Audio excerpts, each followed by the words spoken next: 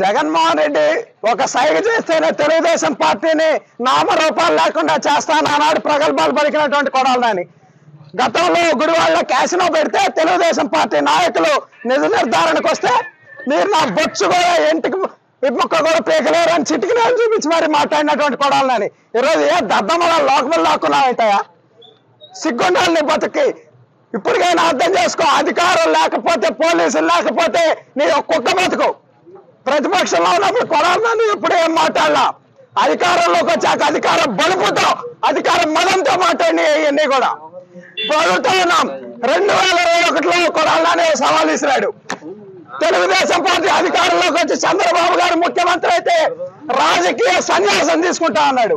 ఈరోజు అడుగుతా ఉన్నాం, కొడాలని రాజకీయ సన్యాసం తీసుకోవడానికి రెడీగా ఉన్నామని అడుగుతా ఉన్నాం. ఇంట్లో దాక్కున్నాడు, పిరిగి పొంత దాక్కున్నట్టు.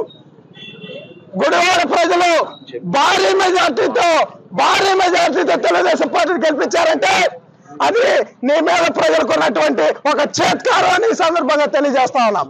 ఈ రోజు కొడాలని చెప్తా ఉన్నాం, ఇది ట్రైలర్ మాత్రమే. సినిమా ముందున్న రాజా లోకేష్ గారి ఆధ్వర్యంలో మళ్ళీ అంకుశ సినిమా తీపోతా ఉన్నారు. నిన్నే రామిరెడ్డి గారు పెడతారని కూడా ఈ సందర్భంగా చెప్తా ఉన్నాం. కొడాలని జనాల్లో కనుక కనిపిస్తే ఇక అదే ఆఖరి రోజు కూడా అవుతుందని ప్రజలు భావిస్తా ఉన్నారని కూడా ఈ సందర్భంగా తెలియజేస్తా ఉన్నా. పీకుతా బొచ్చు పీకు రమ్మంటావు కదా, రా బయలుదేరా బొచ్చు పీకుతారా రండి అన్నావుగా. చంద్రబాబు స్థాయి కాదు ఇది, మా స్థాయి సరిపోతుంది, రా బయలుదేరా కొడాలని.